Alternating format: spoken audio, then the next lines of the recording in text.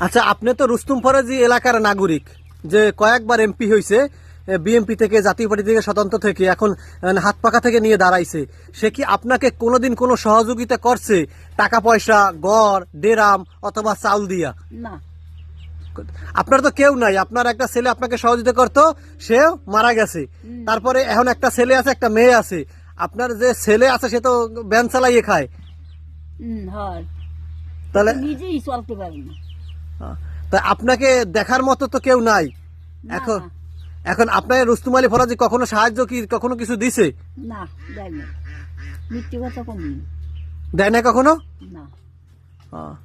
এটাই জানার জন্য আর কি। তাহলে আপনার আপনার তো কেউ নাই, আপনার স্বামী নাই, ছেলে নাই, একজন আছে, ও কষ্টে আছে এখন, তা আপনার কোনো রকম সহযোগিতা করে নাই? না, কোনো সহযোগিতা করে নাই?